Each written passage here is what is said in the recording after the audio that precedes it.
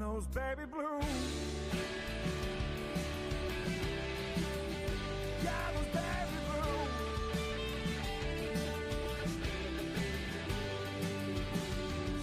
A broken man without a path. A vagrant aimless without a mouth. Took 2 long breaths and just one more till my lungs couldn't hold another. For you and me.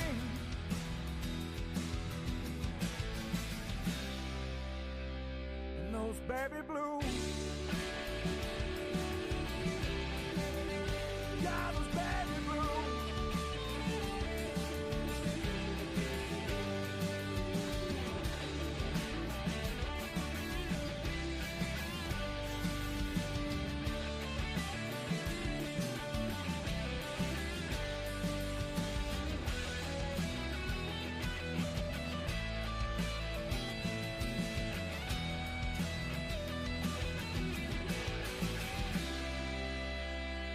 Those baby blues. Yeah, those baby blues.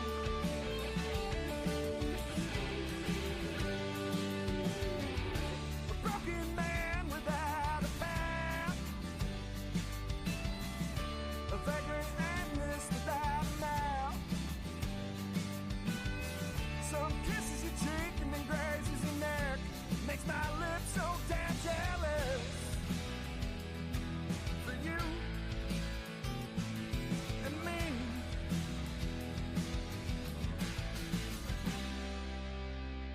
And those baby blues. Yeah, those baby blues.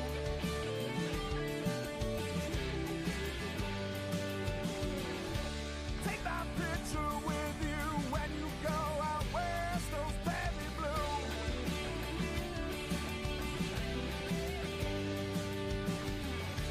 If you love me, then just say it with your chest. Those baby blues. Now, don't forget about me, yeah. I will do my best. Those baby blues. Yeah, that's true for me and you.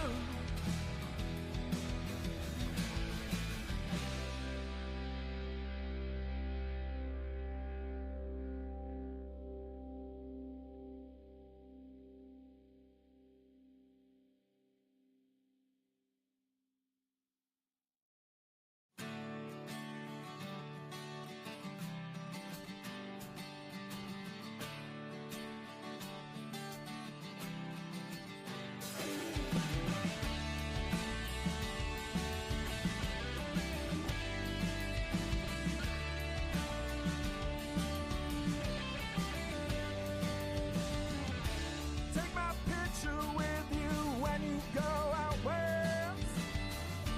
If you love me, then just say it with your chest. But don't forget about me, yeah. I will do my best, and that's true for me and you.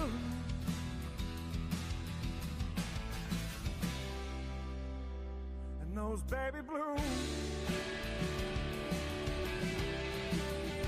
Yeah, those baby blues.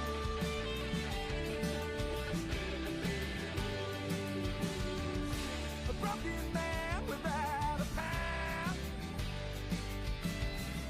A vagrant aimless without a mouth. Took 2 long breaths and just one more till my lungs couldn't hold another. For you and me. Yeah, what is up? 24/7 Buff Fandemonium. It's your guy Swank. It's Tuesday. It's 8:30 p.m. Eastern Standard Time, and that can only mean one thing. It's time for a special Therapy Tuesday edition of the K-Gun Report. I got Scott waiting in the wings. We're gonna unpack all of your questions and comments and feelings about that horrendous loss last night against the Atlanta Falcons, and we're looking forward into the bye week. What do we need? That's what we want to hear the most from you guys tonight. Is it the injuries? Do we need a big move? What needs to change? So while I roll this intro, please be thinking of that. Hit us with all your questions and comments and share this bitch around everywhere. And let's get a little therapy tonight.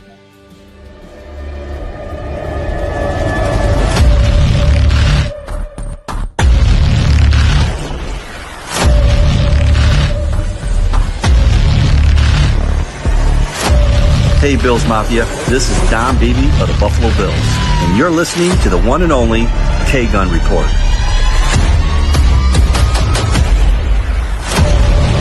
Oh, and you all know, go Buffalo. Hell yeah. I'll tell you what, if there's one good thing about tonight, Scooter Magooter, it's that I got to hear Don Beebe say our name on a little video. That was pretty good. But I digress. Guys, welcome to the K-Gun Report. These ones are the ones that I dread the most. To be fair, I haven't listened to anything. I haven't watched anything. I haven't been on Twitter or any of those things. So I'll be learning along with you guys as to what happened after that horrible game. But before we get too far into that, right over here next to me is my brother from another mother. You know him. You love him. My guy, Scooter Magooter. Scott, what do you got tonight? What's up, Swank? What's up, Bills Mafia? What's up, everyone tuning in? Welcome to the K-Gun Report. Yep, cheers. Hey, look at that. Look at that. Of course, going for the mountains here. And for our boy Lou RQ, who moved out to Colorado there. Yeah. Cheers. No, Swank said it. It's a therapy session. It's either Victory Tuesday or therapy. And with the bye week coming up, we'll only charge you half. We'll give you it's half off tonight. Yeah, man. Stretch out on your couch. I wish I would have worn my blue lens glasses to bring down to the tip, get a little pad and paper, and we're gonna just sort out all your demons and exercise them from last night. Guys, we are part of the Buff Fanbase Network, and super proud to be, as is such. We're sponsored by 26 Shirts. Go to 26shirts.com, give them all your money. They do great things with it. Del Reed and the gang, $2.3 million thus far donated to Western New York families in need. 26shirts.com. Go get her. Before we get into all this too much here, let's say hi to some people that have joined us for tonight's session, shall we? We got a newer name, Jason. Let's go Buffalo. What's up, Jason? Thanks for tuning in, brother. Appreciate you. Buffalo Spartan, I no longer trust the process. 5 or 6 exclamation points, but Mafia mount up. Give it to him. This is Sparta. Mafia mount up. That's my therapy. Mafia mount up for you, brother. We got my brother Corey Blaine. What's up, Mafia? We fucking suck. Wow, a lot of encouraging words here tonight from BWO. Love you, boys. Glad to have you here. What's a therapy session if you can't express your feelings, Swank? Yeah, that's true. That's very true. I'm going to start holding up ink blots and shit here pretty soon.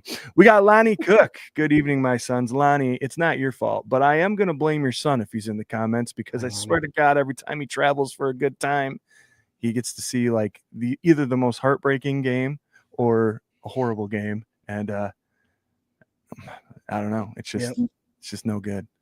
Poor guy. He probably was not having it. No. Well, yeah, I still love our Bills. Hell yeah, Corey. Oh boy, you guys. I love this comment. I saw it when I was scrolling through before when the intro was coming in. Every time I type trust the process into my web browser, I keep getting error 404, page not found. Ooh, I'm going to tell you what, man, I'm going to have a different spin on this because one of my ups was McDermott. Like for that offense, and whatever, man. I think you can find a lot of bad. He's down the list for me as far as last night's concerned. I know everything falls under that umbrella, but real quick on that, a quick little banger. What do you think, man? Are you upset with McDermott about this loss particularly?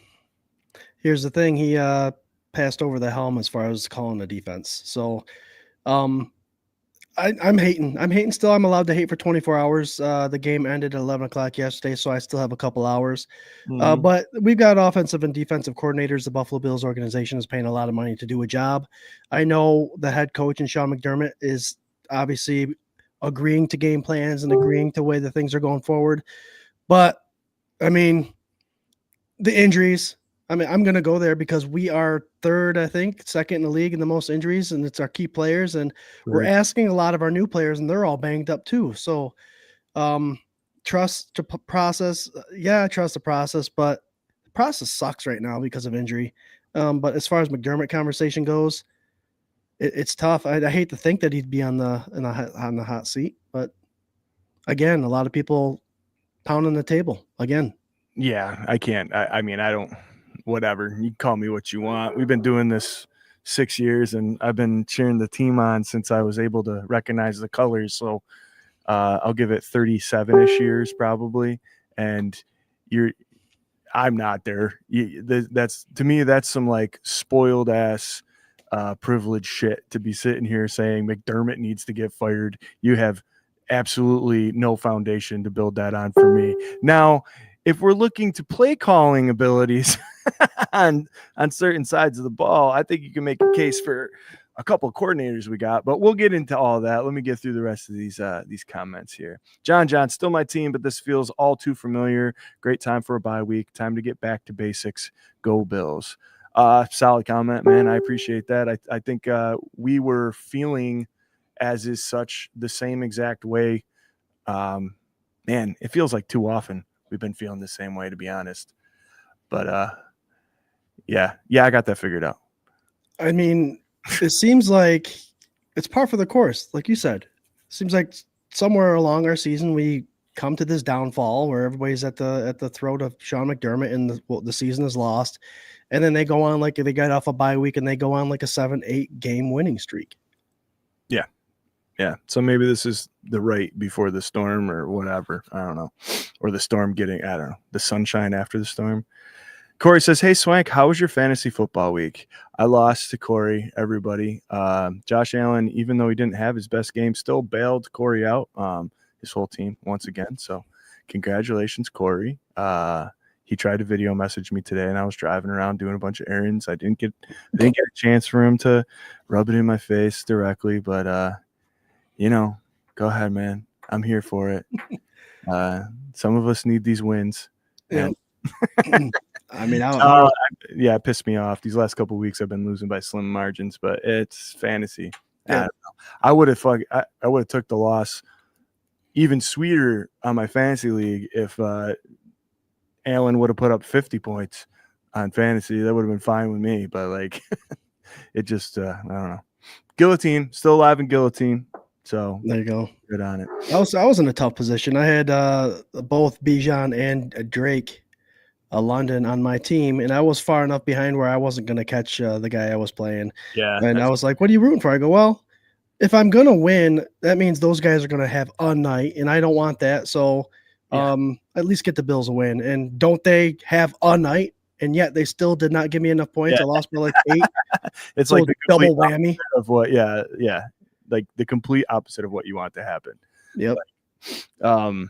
Yeah, man. Any real Bills fan, it's Bills before fantasy all day long, man. You might be rooting for certain people to get, certain numbers skewed, but you're never hoping for somebody to have a bad game. That's for sure. If they're on the Bills. Let's see. We got Mary Jane Brown Hughes. The process is broken. What did Cook do to get benched? Did Cook get benched? No, I don't think he got benched. I just think they quit on him. Yeah, I think I don't know. I think it was part of the rotation, and I think we'll be getting right into this right quick. But like that first, aside from the first 2 drives in the first quarter, and the third quarter, like the opening drives of both halves, everything else was complete garbage. And the only time you were moving the ball was when they were in prevent and you were doing a hurry up offense, and it still didn't do enough to get anything going, but at least there was a spark. And I think that this is something that we've hit a wall in time in and out for all season, really. And I'm starting to think with Brady, it is a running kind of concept. Let me rip through the rest of these comments here, and we'll just dive right into it.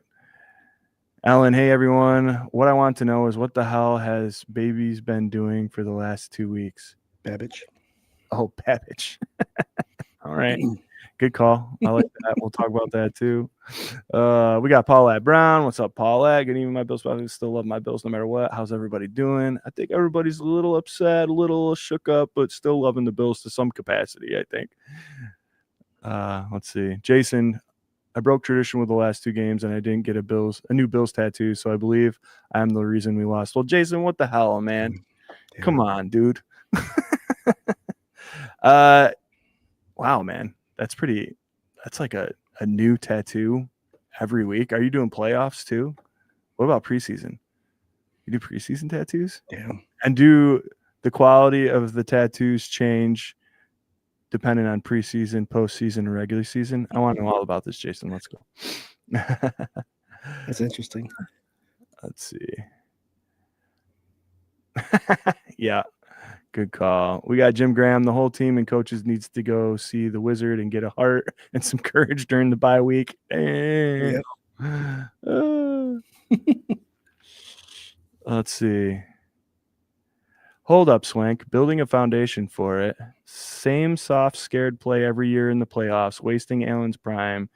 Who do we blame for this D? I understand injuries, but we need help in the defensive backfield. I don't know what you're saying hold up to me about building a foundation for it. I don't know. Are you talking about McDermott, Corey, or are you talking about Babbage? Or who? Let me know. I know you will. Wait for it. Spartan, 28 penalties in 3 games. This team is undisciplined. All right, here we go. We're caught up with the comments. Let's move on to it. The Buffalo Bills lost to the Atlanta Falcons last night in primetime, and it was horrible. And let's just get your opening thoughts on it here, Scooter Magooter. We do this thing 3 up, 3 down. I kind of want to start with the downs. This is where the easiest ones. Yeah, so let's go hit up some downs here, man. What's your offensive down for last night? It's a running weekly thing for me. It's the offensive play calls. Like you said, Swank, the first drive of every half looked sweet. But sometimes it's easy to come up with 15 plays and make sure you run those plays. That's why a lot of the times those are the most effective drives. But then when it came to having to react to down in situations, sometimes falling behind the pylons by getting a penalty, losing yards, all that good stuff, you start to panic a little bit. And it kind of did look that way to me. I don't think Joe Brady if he had a game plan, it wasn't a good one. I know we could bounce around a little bit here with the down. James Cook looked hot, 5.1 yards a rush. And it seemed like on first down, when they get that 5-6 yards, the drive would continue. But then for some reason, when they got to midfield, they'd quit. They'd stop doing that. Wasn't a big fan of that. And I don't like the cute plays that Joe Brady continues to do. We had a situation where the defense showed up in the second half, only giving up the 3 points. But there was a situation where we got a great stop. We had 14-21, had a perfect opportunity to go and tie the game. 3rd and 1, and they do that ridiculous end around play, which, not for nothing. I know Josh Allen said in his presser about the play calls, if it's successful, we're putting a medal on the chest. If it's not successful, we hate it. But this was a situation in the game for me. I know I'm a couch manager. I know all this stuff. I do study the game of football. I just don't watch the Bills and play along that way. I do a lot of stuff when it comes to football. When you have a big stop on defense and you have the ball, the opportunity to continue a drive, you do not get cute. 3rd and 1, do the tush push twice. Do it up the middle with Ty Johnson. Do something, but you're going to do it twice. That was 2 down territory, and we lost it because of a ridiculous end around, jet sweep, whatever you want to call it. It was irresponsible play call. And I absolutely hated that. And, you can understand things were flying at that point in the house. It was just nuts to me. And Again, it's situational football, Swank. If the game's tied or the momentum's on our side, try something cute, whatever. But this was the defense is busting their balls. They made adjustments. They're doing what they got to do. And you go do a trick horseshit play like that. That was annoying. And that's the play calls that Joe Brady's been calling, I think, all year. We've been lucky enough to win 4 games, but I'm tired of it. I don't know what he's doing. I don't understand it. I think scripted, it's like almost like all the scripted plays, because for a while we had this record of like scoring a touchdown opening kickoff every single week. And that's a cute stat. That's fun. And especially when you're winning, it doesn't hold water when like you can script the first series and score a touchdown, but not score at all, look completely flat and deflated for a whole half, come back, score a touchdown on your first scripted series again, and then look completely flat again. Or once you start building up momentum, you do something stupid like that jet sweep. I really like that they're putting that jet sweep back in the game plan. Where he's deciding to run it is completely asinine. Mm-hmm. I think Joe Brady is one of those fresh faces that like came into the league and everybody was really into it when he got that promotion to OC for the Buffalo Bills. And I don't think that he's lived up to the hype to this point. You guys know me. I know everybody busts my balls about Ron for McDermott. I think you're crazy if you think McDermott needs to, like that is insane. It's insanity to me. Like the man's missed playoffs 1 year. Like since he's been coaching, 1 year they've missed the playoffs. Like, go ahead, say what you want to say. You got to have a ticket to the dance to even be there. So what are you going to do? We lived literally through 17 years of getting a new coach and a new quarterback every 3 years, if we were lucky for that long of a span. So I don't know. Everybody can have their opinion. Miss me with all of this McDermott stuff. Joe Brady, on the other hand, I would be okay, I think, at this point right now, saying that you could replace him as a coordinator in the bye week, and I wouldn't be upset about it. I think, there was a comment in here. I kind of like, brother. Jason right here, Pangborn, he said, it might just be me, but it didn't seem like Josh Allen was focused as normal. When Dable had Josh boxed in a corner, when they weren't releasing Josh Allen, they were this is how Josh Allen looked. Josh Allen looked deflated. Josh Allen looked like he had to stick to a script and it wasn't working. Same thing before we got Brady. You could tell there was certain play calls in certain situations where it was like his hands were tied. And I think that's what we're seeing right now. And I think with the lack of targets, like the officiating crew, the TV cast crew last night, man, they're talking about like all these injuries the Bills have and wide receivers and blah, blah, blah. And it's like Curtis Samuel isn't a big injury for us. Like he's never active.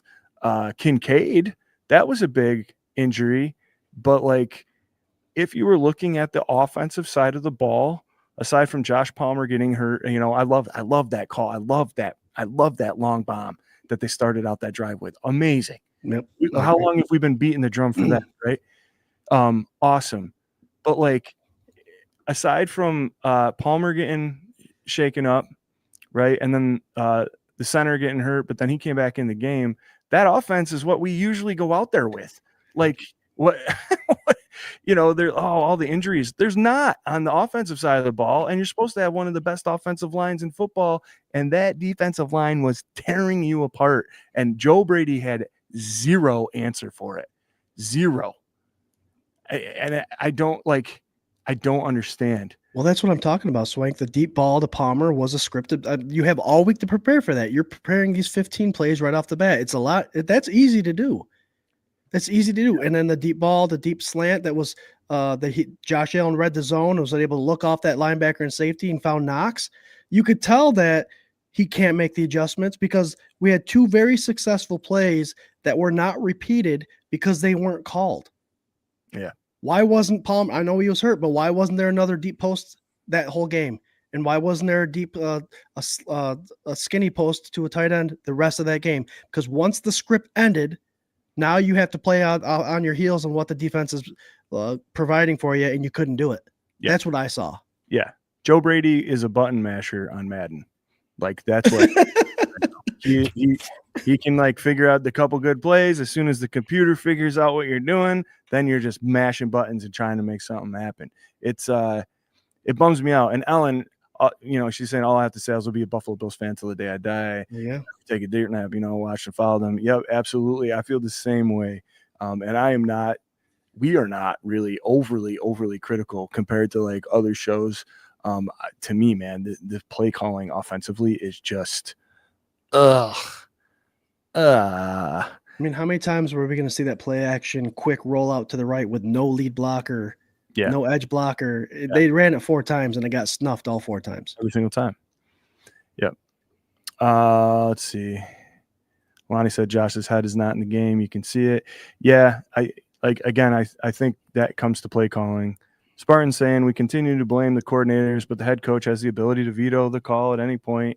I think that's what the problem has been. McClappy has been the only factor during all of the 3 defensive coordinators that was even included in the hiring of the last 2 from a defensive-minded head coach.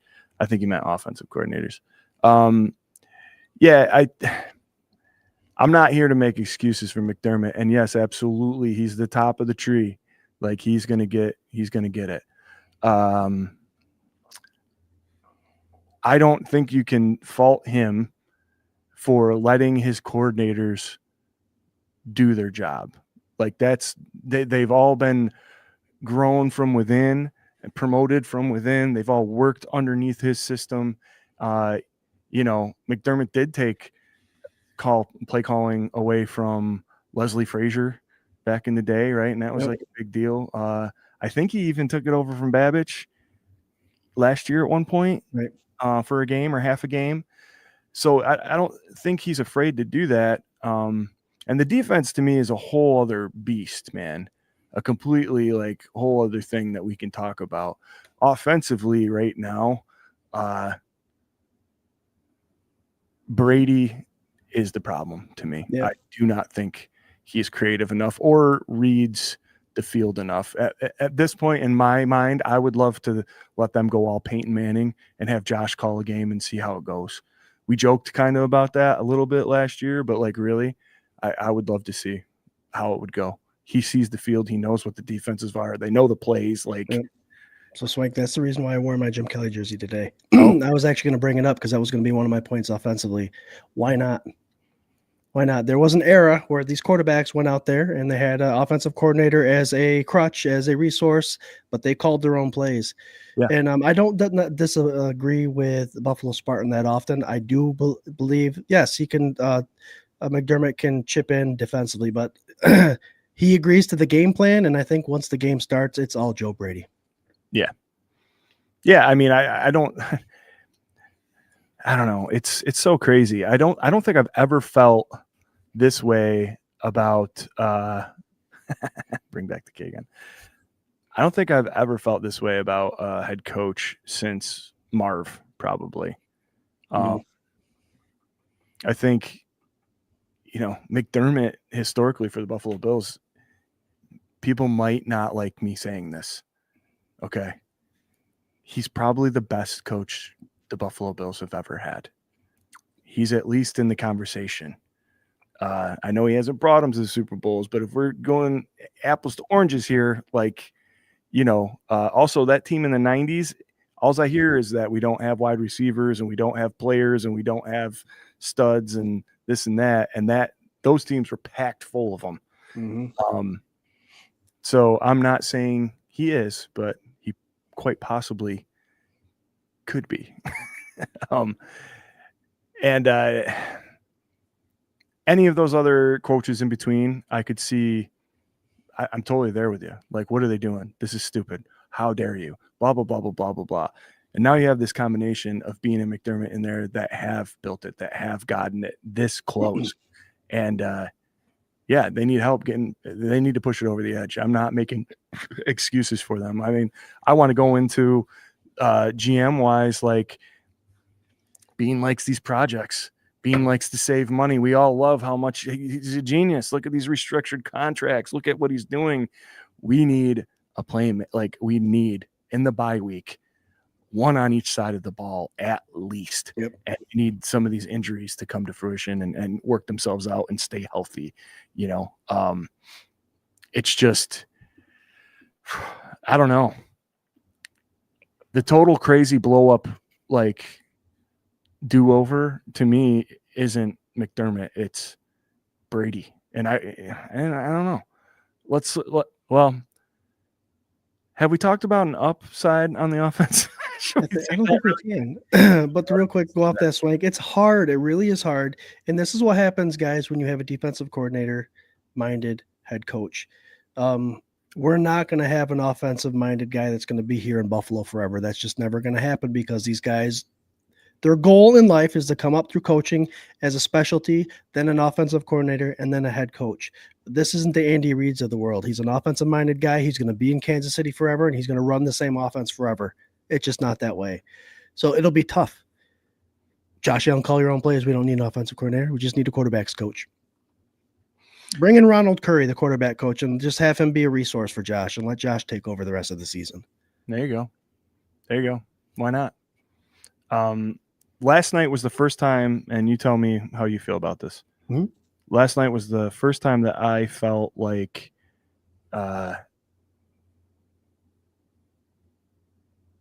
Josh, like any other game he's in, we have Josh Allen, we have a chance of winning. Last night I didn't feel like that.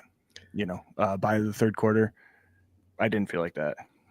I'm not going to say no. I don't want to say yes, but I will. I think Josh, you could see that he understood that the defense was bringing and not caring what kind of play calls we're having. They were bringing the heat because the play calls weren't coming in that were countering the defensive scheme that was being brought. You could also see that he put a lot on his shoulders yesterday. I felt that for him, knowing the type of performance that Drake London and Bijan Robinson and the second-year quarterback in Penix Jr., knowing the kind of day that they were having, that's a lot of pressure on Josh. Josh didn't just have to go out there and score touchdowns, which they couldn't. But that defense was so anemic that you could just see the pressure just put on him. And I think that's where you're going. Is like it looked like the pressure was too big for Josh yesterday, to where he couldn't do what he wanted. I mean, I don't think it was too big for him. I think, again, I'll go to the handcuffed spot. I think he didn't feel like he had the right plays at his disposal to be able to do what he needs to do. And when you went to the hurry up, you know, I saw Spartan threw up a comment about that. The hurry up has looked good. When they're like fleeting and trying to like come back in games and they change the tempo, it looks way better.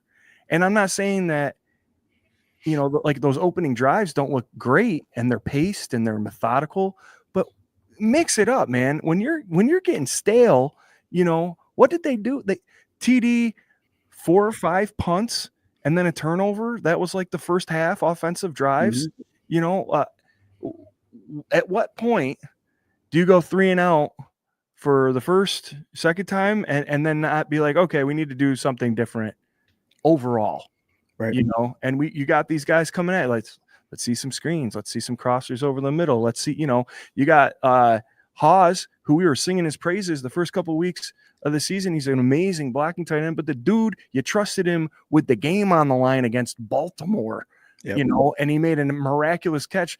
Toss him a ball. Dawson Knox is out there. We know he can catch sometimes. And, you know, there's other options out there.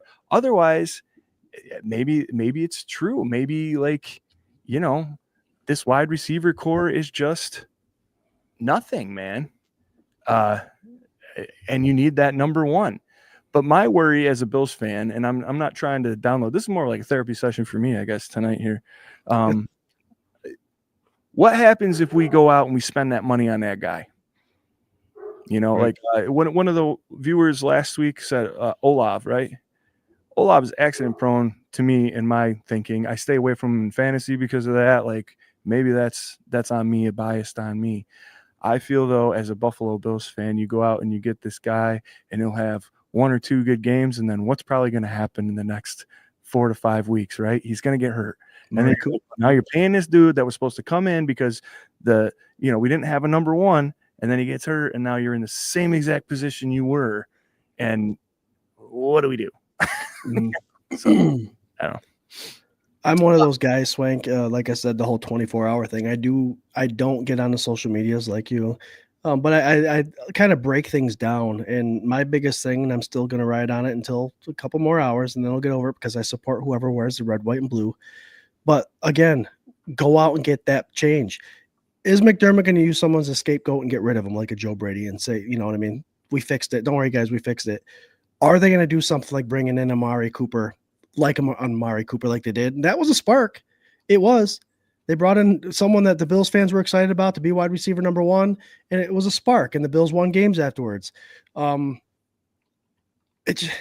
I look at our wide receiver crew, and I beat it like a dead horse. I thought this receiver crew looked better than the one that did last year, but nothing is shining.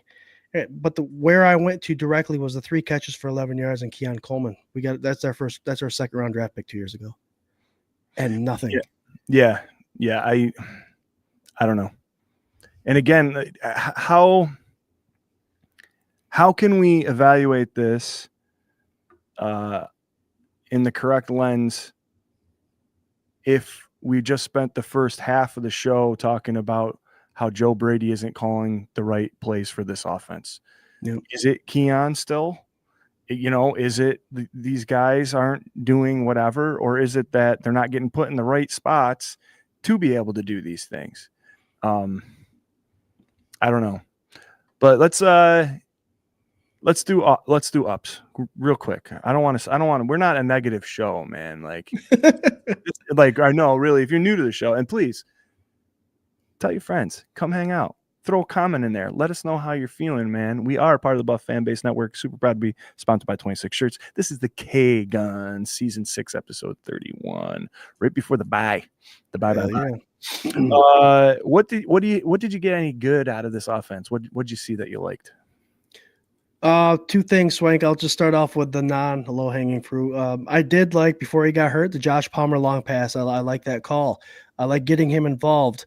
I did see some things about him being a little vocal this week, but didn't see it from very reliable sources, so I took that with a grain of salt. But they did get him involved. I feel like he was part of the game plan, and he showed what he could do for this as a wide receiver number 2, which I really like. He could stretch the field if you have to. Yeah. He can go up and get the ball if you had to. Injury aside, I think he was probably a big part of the game plan. That's probably why things went array a little bit, but I like what I saw out of him. And if he could stay healthy and come off this bye week, I think he proved to Josh that, hey, man, I can go deep in the middle and come down with that ball for you, buddy.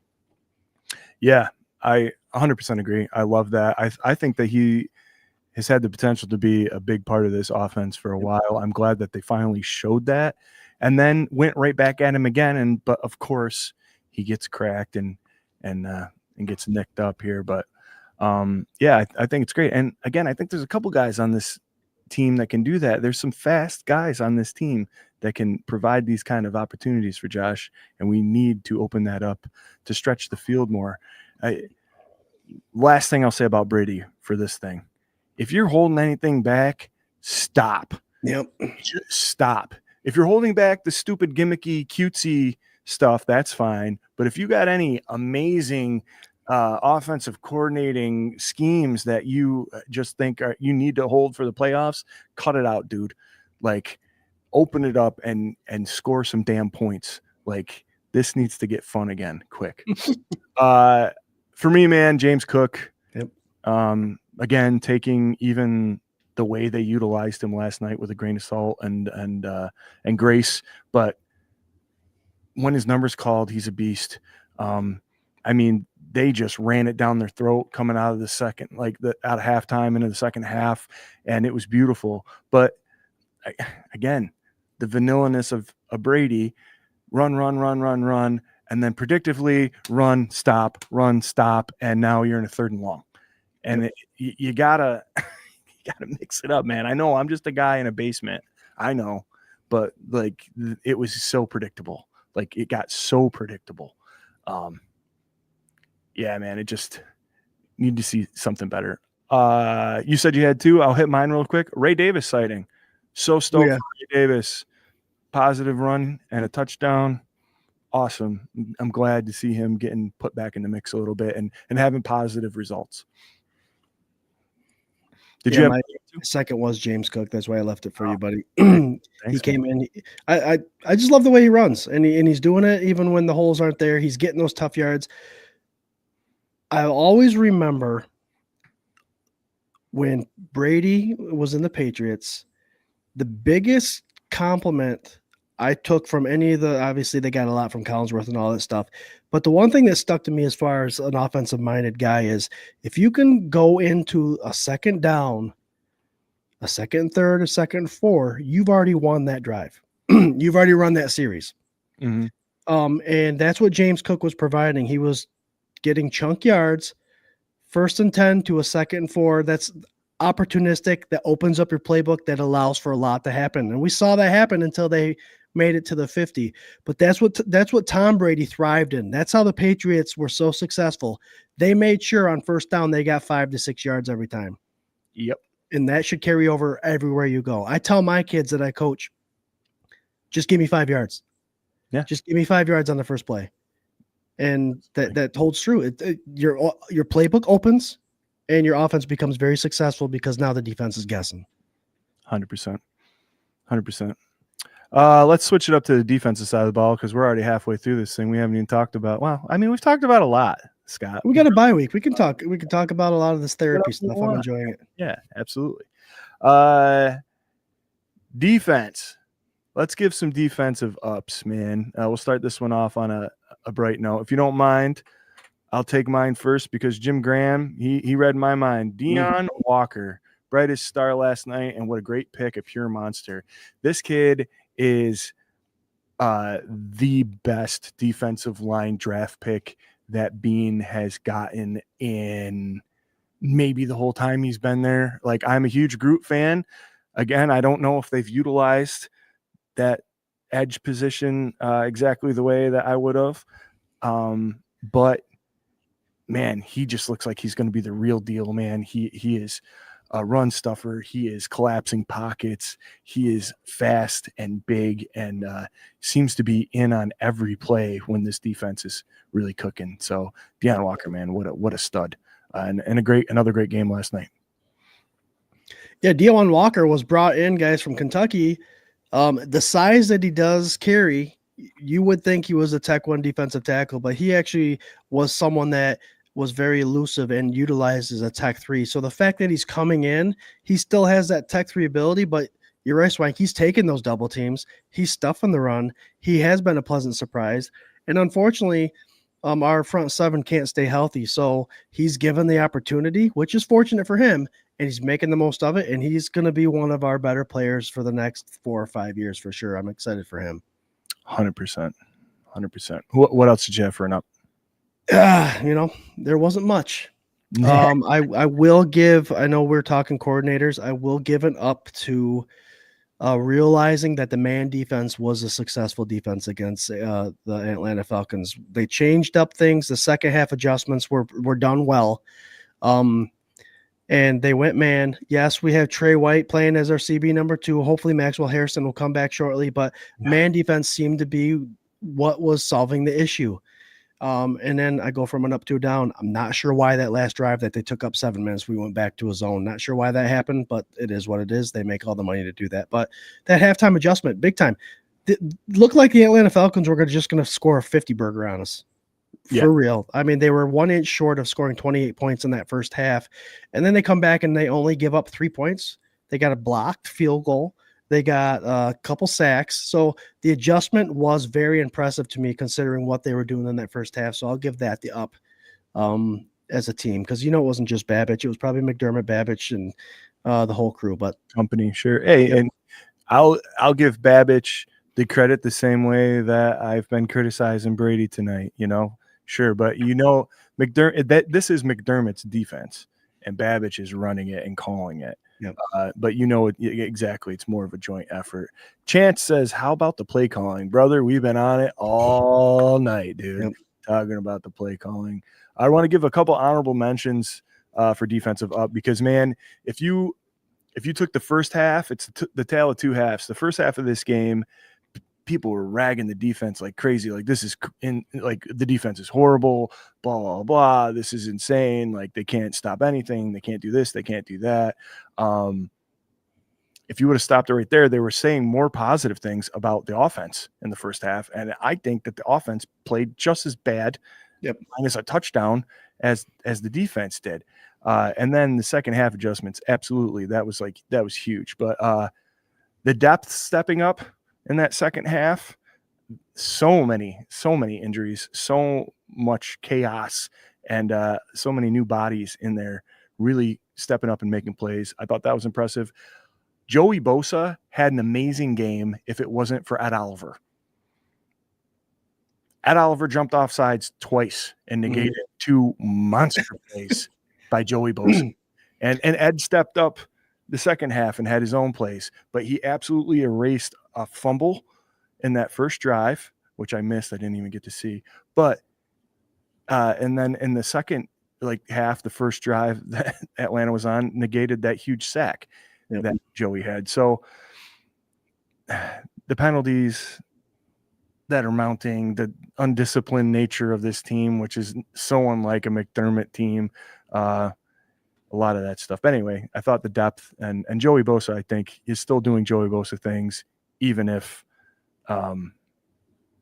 it's getting taken away from him. So Swank, I did see. Do you ever notice that this year, especially, there's been any questionable call has not been replayed? Did you notice that? Oh, yeah. No, it's happening all over. So I was really annoyed by it. So I jumped on Twitter to see what other people were thinking about these penalties that weren't being called, and all of a sudden you weren't seeing a replay.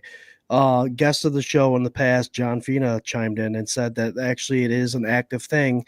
If there is any penalty that is questionable, the NFL is not airing a replay to protect the integrity of the officiating. Instead of solving the official problem, they're just making sure that any controversial call that could be controversial is not going to be replayed, so it can't be brought up.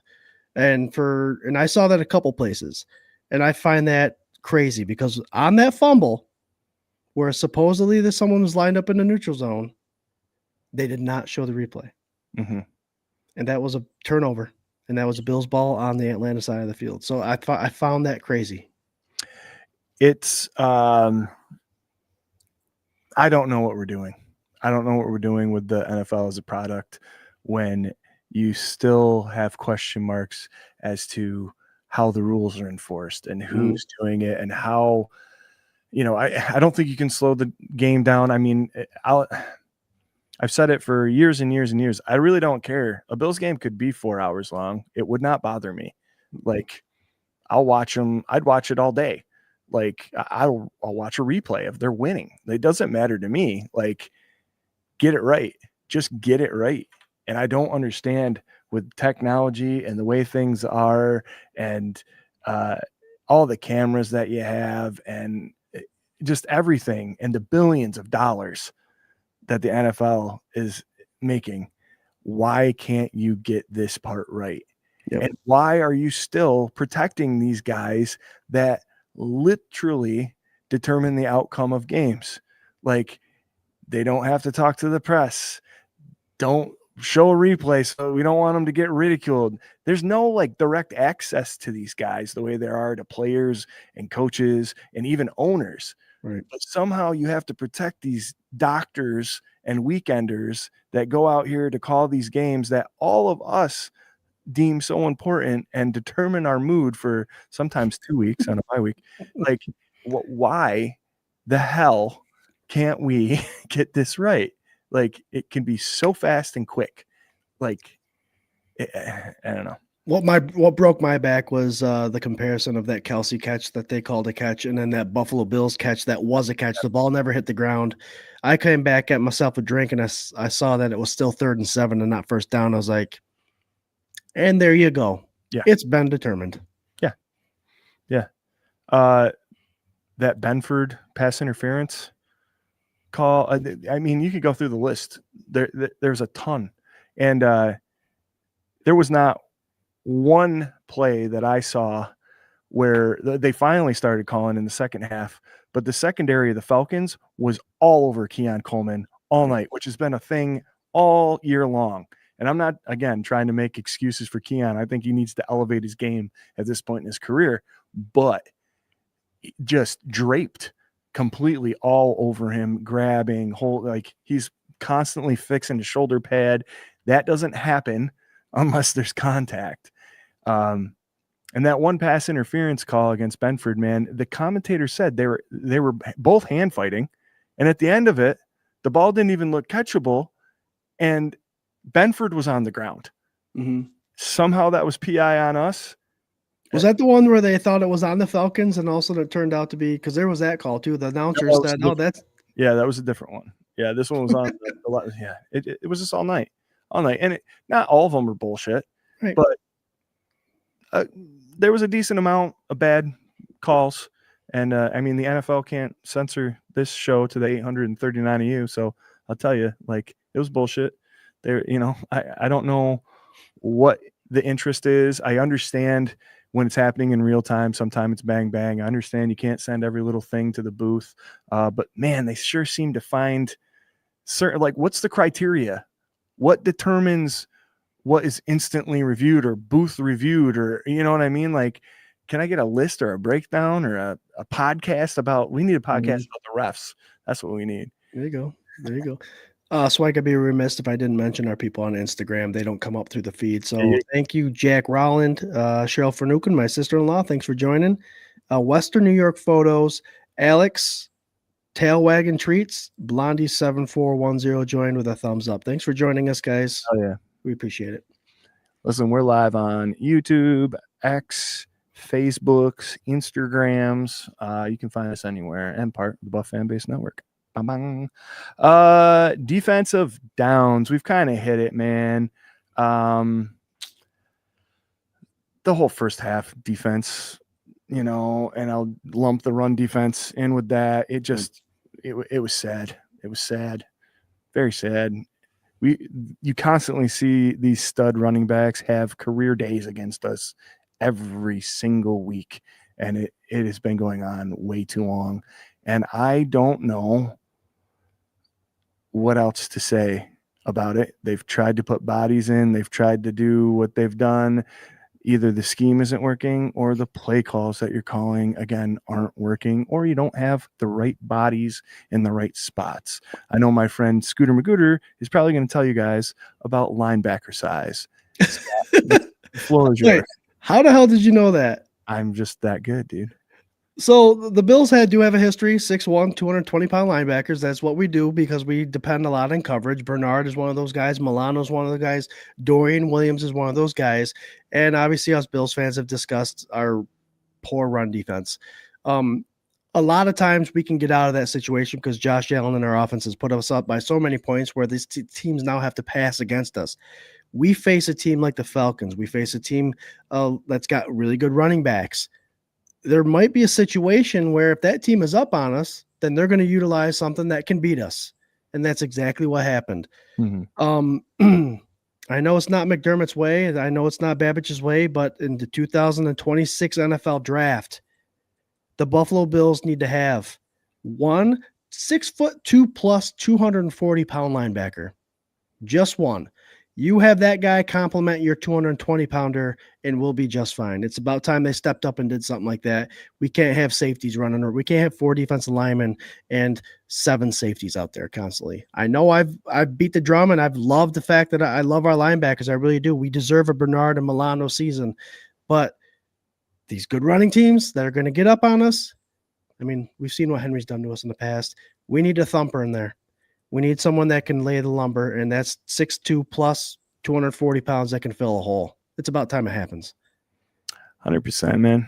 100%. I mean, there's so many holes, and until these injuries get sorted out, I mean, I don't know if it's going to be magic in 2 weeks after the bye, and you're going to get, these defensive linemen back that have been suspended. Maybe, Mad Max comes back. Maybe you start to look better. Milano and Bernard and, the safeties. I had no idea Poyer was active last night because, again, I missed sessions, had some stuff going on here. But at one point, Bijan got away from Jordan Phillips, Jordan Poyer, and Trey White all on the same play in the red zone, got stopped short of scoring a touchdown.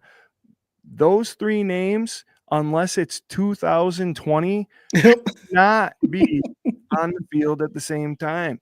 And I know that this speaks volumes to like injuries. Again, I didn't realize that Daquan was out again. He was like a game time thing, right? In warm-ups. What the hell's up with that? I don't know. I don't know what's going on with the strength and conditioning. Again, it's like another thing that's been a staple of the Buffalo Bills is like their strength and the conditioning and their, their doctors and their facilities. All that was this week. Three people in the NFL were injured during warmups. Yeah. What the hell is going on? Turf? I don't know what's Atlanta have? They have turf? Yep. Did you know the new stadium is going to be natural grass? I did. I saw that little clip that Josh Allen was talking about it. Yeah.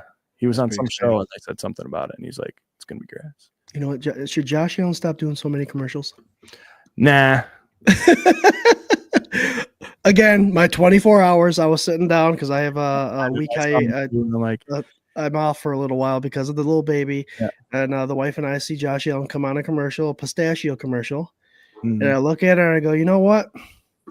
If he'd get off the goddamn TV and start paying more attention to this, it was my 24 hours. Give me that. Please give me that. You can have it, dude. Mitchie Tribs, man. The Bills are so hot from last year. Mitch Trubisky has a freaking commercial. Yeah, where he subs in for someone. Yeah. Yeah. I don't know.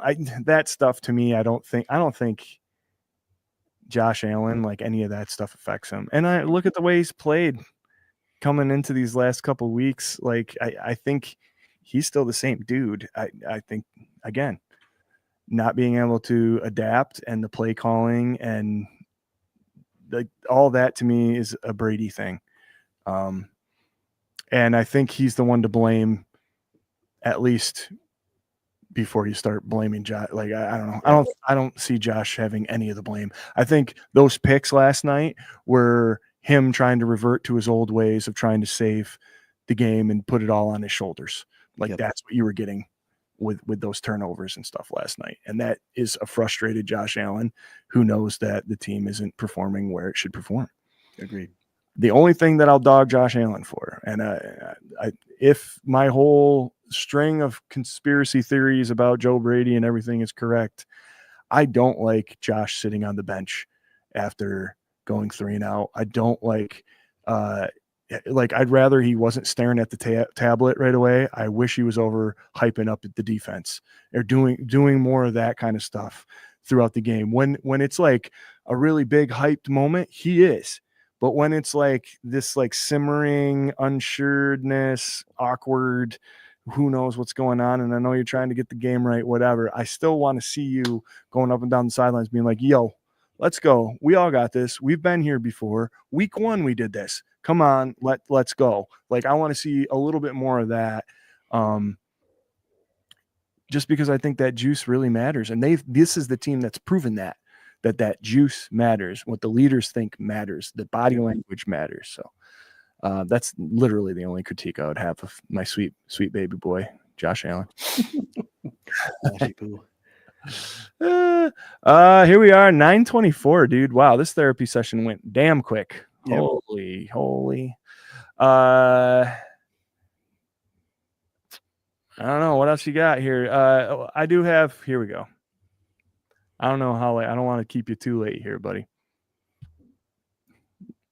Bye week wise, Chance Keene says, "Can we get a wide receiver 1 in the bye week?"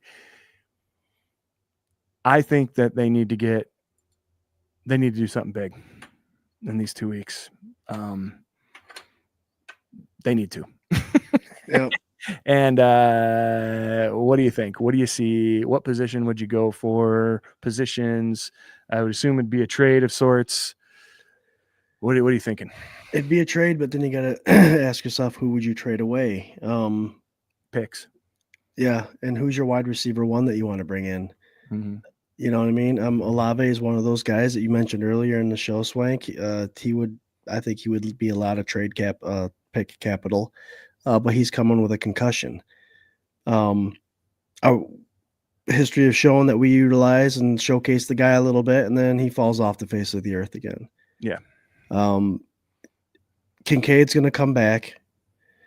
Joe Brady, hopefully he gets a fire put under his ass, and he's not as stubborn as 99% of the offensive coordinators are out there in the world, and changes things up a little bit.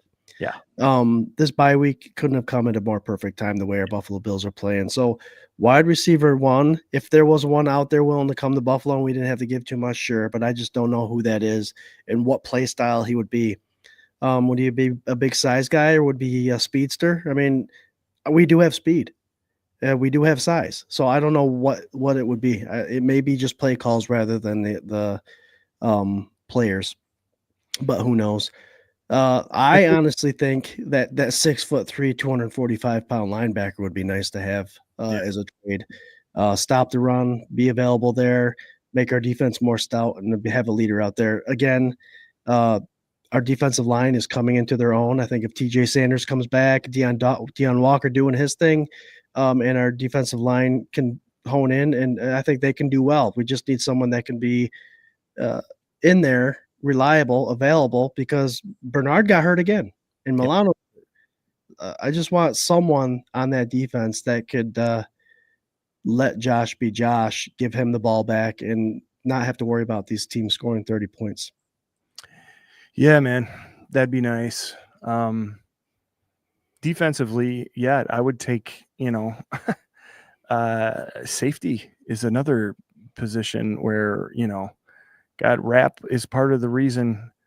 I guess it's not 100% his fault, but Chippy every single play, and he got knocked late over onto Bernard after Bernard was already hurt, and then onto that same ankle because he was mixing it up with a Falcons lineman, and that's like a dead ball after the whistle kind of BS. And, part of what I like about Rapp, and I know he gets a bum rap, for being so aggressive. I like his aggressiveness. I like that he does that. I don't like the friendly fire. I wish it was more targeted and he had more control over what he was doing sometimes. I don't want him to lose that edge. I just want him to play smarter. But that's another thing where it's like, none of us wanted Jordan Poyer to see the field at all this year, I don't think.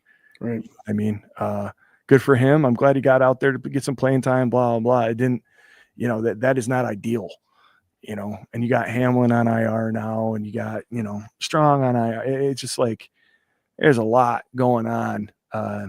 So a defensive back piece would be huge.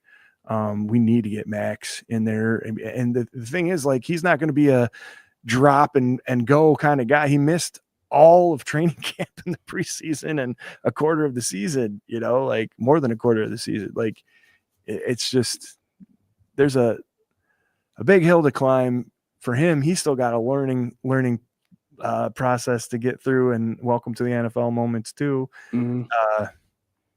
I don't know. So I could see you getting a piece in secondary there, or linebacker. That would be fine. Defensive line, that's what you got. That's what you're rolling with for the rest of the year, is what you got, and what's coming off suspension and an IR. Offensively, wide receiver is the only thing I could see. Like, if you're going to get a piece, I know people are talking about AJ Brown. I don't really want anything to do with him. I think he's he's just got bad attitude about stuff. I don't think it would do any favors to this locker room. I mean, he's an amazing talent and blah, blah, blah. It's Diggs-esque vibes to me. And I don't really want it. I'm wondering if there is another team out there that is half struggling that, would be interested in a piece. building up some stock for the draft next year or whatever, man. I don't know. What do we rich in? You know, we got some depth offensive line players. I don't really want to get any of them away. You know, we got a bunch of wide receivers that are mid, as the kids would say, probably. Yep. You know, but you'd be packaging that in a pick to get somebody with a big name to come here, right? So. I always throw this out there, Swank, and I ask when people suggest people, I say, give us a name, and I did not give a name. Two guys I would trade for as far as the linebackers go is I know I wrote it down here. TJ Edwards from the Bears. He's a good sized middle linebacker that's doing a good job there, like a tier 3 linebacker. And the Bobby Okerellick from New York Giants would be a guy I would trade for too.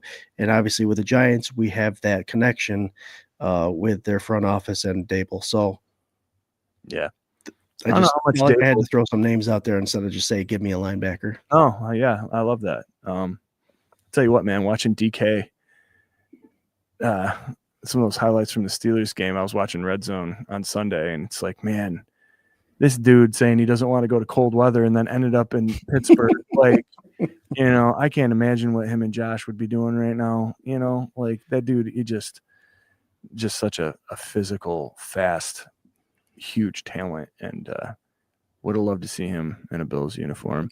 And the ball always seems to find a way in his hands. Yeah. He's covered. Man, I give Aaron Rodgers a lot of shit for being old and moody or whatever, but man, that touchdown throw he had to him, you just couldn't have put it any more perfect. It was underneath the defender's armpit, you know, and oh God, it was beautiful, and it was a beautiful catch. Like, whatever. Guy's a beast. Yep. And DK, that is. Aaron, whatever. Aaron Rodgers got lucky. He's going to be a Hall of Famer. Whatever. Fine. Great. Whoop-de-doo. I don't know what teams are doing poorly right now that have a decent wide receiver. You know what I mean? Yep. Oh. That's what you got to look at, or a linebacker, you know. Tremaine Edmonds might be a possible, you know, you're talking about Bears linebackers, you know. We're looking someone that could fill the gap to stop a run, Swank. Yeah. Do we have to bring Mark Maddox back on the show to tell you why he can't do that? Yeah, that's how Mark, I was joking. Yeah. All right, guys. 913 of you tuning in live. Appreciate you so much. This is the K-Gun Report, home of the FLX Mafia, Finger Lakes Bills Mafia, represented right here on the K-Gun Report, 24/7 buff pandemonium. What we're going to do right now is give you our final thoughts and sign off. Appreciate all you guys tuning in, getting through this Therapy Tuesday with us. Enjoy your break. You won't see us until next Tuesday. We'll be previewing, who the hell do we play after the bye? Carolina Panthers. Yep. Ugh. I know. Right? This was our last Tuesday practice. Our final game for Mid Lakes is on Saturday, so there will not be a rush to get in here to jump on the show, Swank. So I'll be primed, ready to go. I'm not sure how Jared's league is doing, but they should be ending shortly too. Sick. You might get the three of us back here then. And we'll be meeting a little bit. You guys got anything that you want to see from us, or questions, concerns, events, any of that kind of stuff? Hit us up on Messenger at the 24/7 Buff Pandemonium page, and we're going to be meeting this Sunday. So, yep. Hell yeah. Hit them with your final thought, and we'll get out of here. Final thought, bye week, guys. And, let's not forget we love our Buffalo Bills because we love football. So whether you got chores to do, projects to finish up, get them done. But if you got nothing else to do, watch some football. That's what we love doing. And come on the show on Tuesday. We'll talk about the next game coming up. But always go back to that, Swag. I always do. I love the game of football. I'll watch Sunday 1:00 games, 4:00 games. I'll watch them all. So enjoy the sport. Our team's not doing that great right now. They're 4-2 though, still going into their bye. So let's take that as it is. And there's a lot of football left. Let's enjoy it. Hell yeah. Yeah, man. I know it seems a little down and out right now, and we probably got a little more on the criticized kind of side of things tonight than we normally do. But dropping 2 in a row, going to a bye, that just does not feel good at all, especially like after you've seen a team that I think has had less talent in previous years do more, it feels like. So, be frustrated. That's okay. But again, 4-2, 6 games and we're doing well. If we come out of the next batch of 4 this quarter 6-2, we'll be feeling good, man. Yep. Like let's go. So cheer hard, take a breath, take a break, and then get hyped next Tuesday with us right here on the K-Gun Report for the Carolina Panthers game. Ooh, that's gonna be fun. Anyway, love y'all. Have a great night. Go Bills. Go Bills. Go.